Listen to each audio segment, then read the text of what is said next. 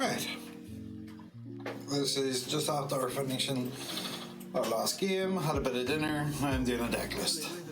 And yes, I will make sure, because it was brought to my attention, that having images of the full deck list at the end of the video would be nice. So we're going to do that. But yeah, as you say, we were playing like a weird janky armor rush. So we'll start off with the eggs, being the BT16 Demi Vs, just with the inheritable plus 1,000 all turns if this Digimon has 2 or more colors. That's pretty much it. Then the new BT21 Vmon, not once per turn, reduced Digivolution cost by 1 and inheritable plus 2,000. Busted. Absolutely busted. Then we ran a play set of the promo Vs for the reduced Digivolution cost by 1. And then when attacking, if it has 2 or more colors, draw 1. I like the draw mechanic in the start. It's fun. Then we do 3 Searcher V1s from BT12 just to get a free trait, and the Davis end of turn DNA. No, we don't do it in this deck. That's why it's just like we just want the Searchers. Then I ran 1 copy of BT16, which is the lesser V1 compared to the BT21, but the plus 2k inheritable came in clutch. And then we ran 1 copy of EX1. This is supposed to be 2 copies, but I couldn't find a second copy of the EX1. Just when this Digimon comes unsuspended during your main phase, gain a memory, because with Magna you can just unsuspend and swing again. Especially that we're running a full playset of BT8. Gains plus 2,000 for each armor form trait in your trash until the end of your opponent's turn with blocker. Oh, and it does get the unsuspend itself. So yeah, that was busted. Then 3 of the structured deck with the security Digivolve 1, and then this Digimon can Digivolve onto a Vmon on the field if you have it. Then when Digivolving, for each color that your opponent has, you trash the top of security, or not security, of the stack. And then return one of your opponent's Digimon with no Digivolution sources back to the hand. And then we're running a full playset of the new Magnum ones. 1, 2, 3, there we go.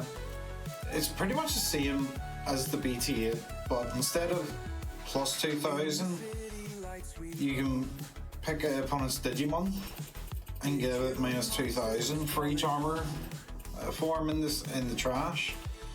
So it's a nice wee synergize back and forth, gaining DP, swing, and then using like the armor texture, or if it dies in security, Digivolve into the other into that one, minus DP and unsuspend, swinging through something if needed, or just another security check. And then our last play set, we're running 4 Lydras with the new one on top of Vmon, cost 2.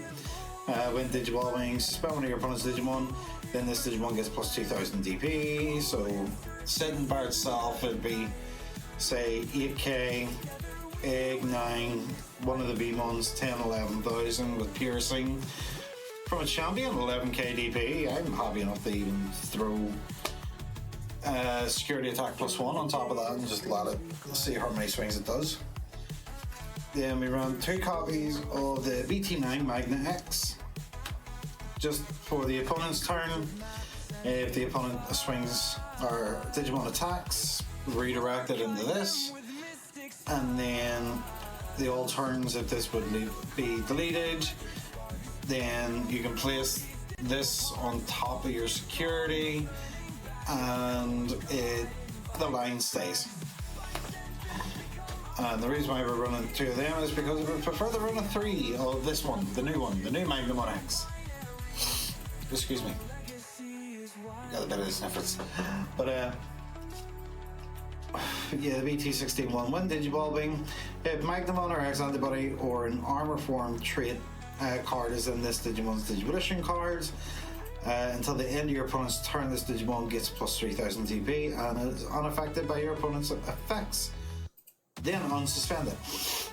And then all turns when a card is removed from a security, activate the Wind Digibulbing effect, and it is treated as having a free attribute. So it's searchable out of Vmon as well, which is fantabby-dozy. Then onto the tamers, one memory setter, memory setter and a searcher for 1 blue and 1 green. 2 Davises to gain the memory and the play of Vmon. We never use the second effect, the Digibulb on top, Digibulb on the NXV. We just don't run them. 1 copy of the new Davis. I would like to have this at 2 or 3 copies, but we only pulled the 1. Start a main phase. If your opponent has a Digimon, gain a memory. Main phase, by suspending this tamer, you can remove the top card of an armor form to gain a memory and draw a card.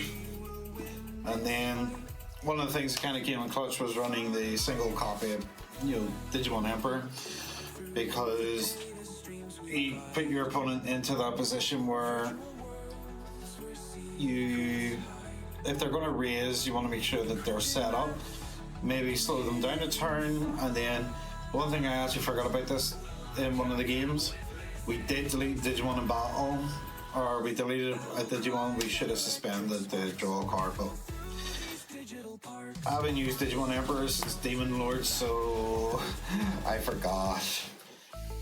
One Awakening, because everything is in armor form, we don't need to worry about the color requirements. We can just play this out.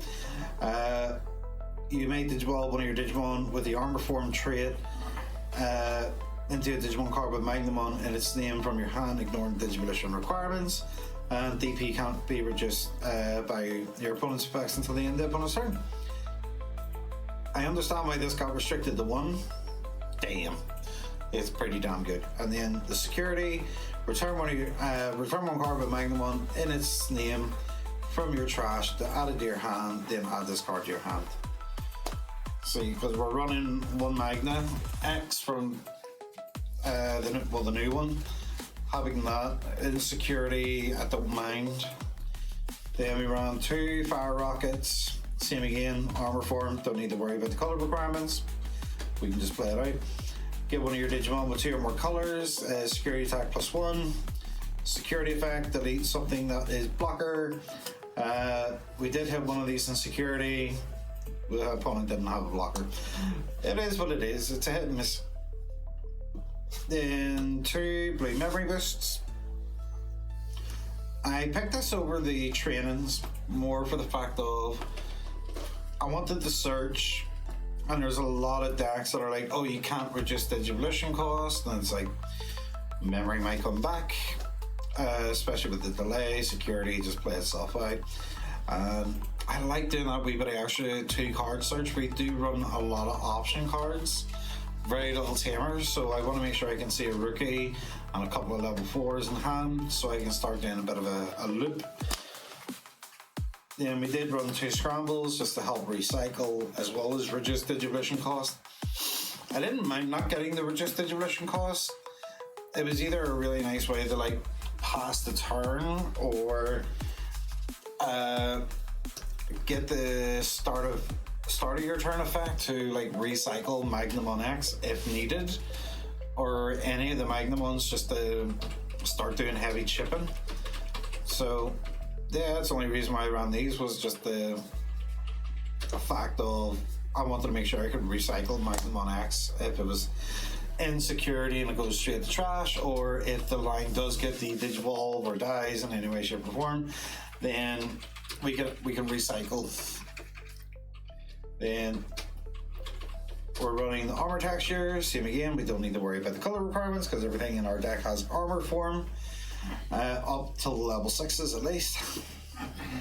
So using this, trash top card of your Digimon with armor form and its traits.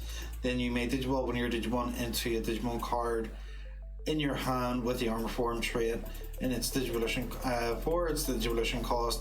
If you do, unsuspend that Digimon. The one thing I learned about this in the middle of the game, because we did stream it, Armored Digivolution works at the same time. So you trigger this, the Digivolve. During the Digivolution, this sees it's happening, and you can trash this as well, just to like make it a 0 cost. I hope I was told correctly. And then security effect, play one level 3 Digimon with free in its traits from your hand or trash without paying the cost. That's it. So even if it's hitting security, we're spamming out another body. And then yeah, we're running 3 copies of Armor Digivolution. Main effect, reveal top 3 cards. Add 1 card with Davis in its name, and 1 card with a free trait, trash the rest. And then all turns, when the top stack card of your armor form trait is trashed, you use the delay to trash this card from the battle area to Digiball a Digimon with an armor form trait from your hand without paying the cost. And I believe I missed this on like game 1 or round 1, where this did get hit in security, but I didn't read the full effect then, place it into the battle area, so I just threw it in the trash anyway. So I was like, yeah, it is what it is. But yeah, that was my little armor jank confusion, annoyance. Yes, there was a couple of misplays in some of the rounds. It's going to happen whenever you're learning a new deck, especially whenever you have never played a deck before that does armors. And yes, I know one of the things was the scramble effect. I don't think I've came across in a game yet that I've been able to trigger scramble and play out a rookie. So that was my mistake in round 2, and I take that full responsibility on that one. But yeah, as I say, the only thing it would really change in this deck would be the Magnamon X's into the full 3 copies of the new ones. Maybe change out the scrambles for trainings when that actually happens. But I hope you've enjoyed the deck list. If I've done this right, the picture of the deck list should be up on the screen now. So if you want, you can pause the video here and have a look yourself, see if it gives you any ideas and incentives to try the deck out yourself. And while the picture's up, I'm actually going to give a shout out to my friend EHero, for he is the Armor Rush player that we know, and he gave us the idea and the incentive to actually go and try this deck out. So thank you, Hero, and I hope everybody enjoys the deck list video, and until next time guys, I'll see you later.